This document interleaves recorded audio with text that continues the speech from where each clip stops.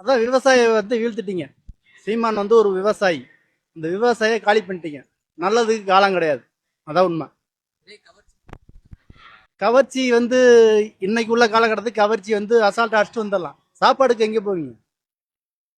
அதான் சொன்னாரு, நீங்க யாருமே ஏத்துக்கல. அவரை 0% கொண்டு வந்துட்டீங்க.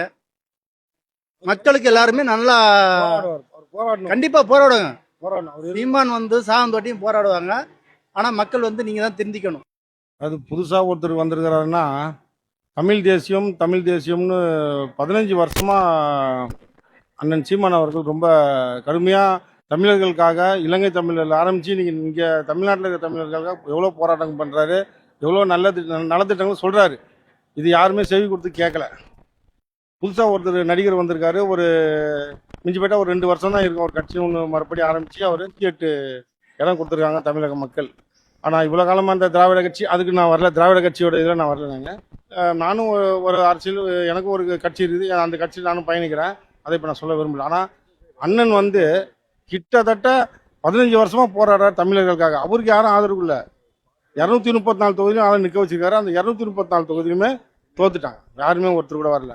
இப்போ தமிழக மக்கள் தமிழர்களுக்காக தமிழ்னு சொன்னா ஆதரவு கொடுக்க மாட்டாங்களா? ஒரு நடிகர் பேர் தான் போவாங்களா? உடனே நிறைய பேர் எம்ஜிஆர் சொல்றாங்க. புரட்சி தலைவர் அவர் எம்ஜிஆர்னு சொல்ல, அவர் பேர் சொல்ற நிறைய பேர் அருகதை கிடையாது. அவரு நிறைய நலத்திட்டம் பண்ணிட்டு தான் அரசியல் வந்தாரு. எவ்வளவு சம்பாதிச்சா இந்த கையில கொடுக்குறது இதே தமிழ் தேசியம், இதே இலங்கை தமிழுக்காக பல கோடி கொடுத்துருக்காரு. நிறைய பெரிய பெரிய அரசியல் தலைவர்லாம், வைகோ கூட நிறைய பேட்டி கொடுத்துருக்காரு, பல கோடி கொடுத்துருக்காரு. அதனால அவருக்கும் இவருக்கும் ஈக்குவல் கிடையாது. இவர் எத்தனை கோடி, எத்தனை லட்சம் கொடுத்துருப்பாரு இவரு சிலோன்ல இலங்கை தமிழ் பாதிக்கப்பட்டதுக்கு. அதனால அவங்களுக்காக இன்னைக்கு வரைக்கும் போராடிங்கிற சீமானனுக்கு ஒரு இது இல்லை. 108 வந்திருக்கு. அது ஆம்புலன்ஸ் நம்பர்னு எடுத்துக்கிறதா, இல்லை தமிழ் இலக்கியத்தெல்லாம் நிறைய புராணங்கள்லாம் 108 இதிகாசம் எல்லாமே இந்த 108 தான் முடியும்.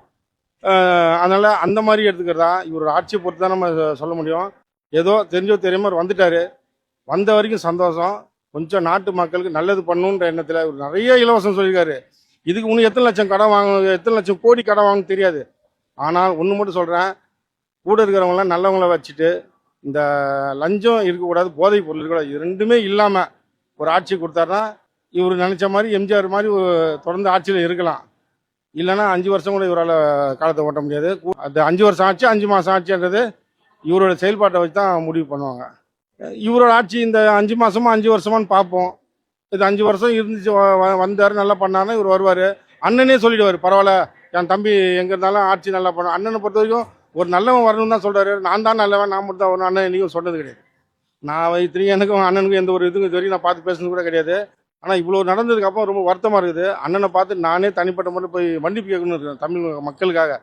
ஏன்னா இவ்வளோ பெரிய தப்பு பண்ணிட்டாங்கண்ணா, டெபாசிட் கூட இல்லாத அளவுக்கு பண்ணிட்டாங்க. அது ரொம்ப கஷ்டமாக இருக்குது.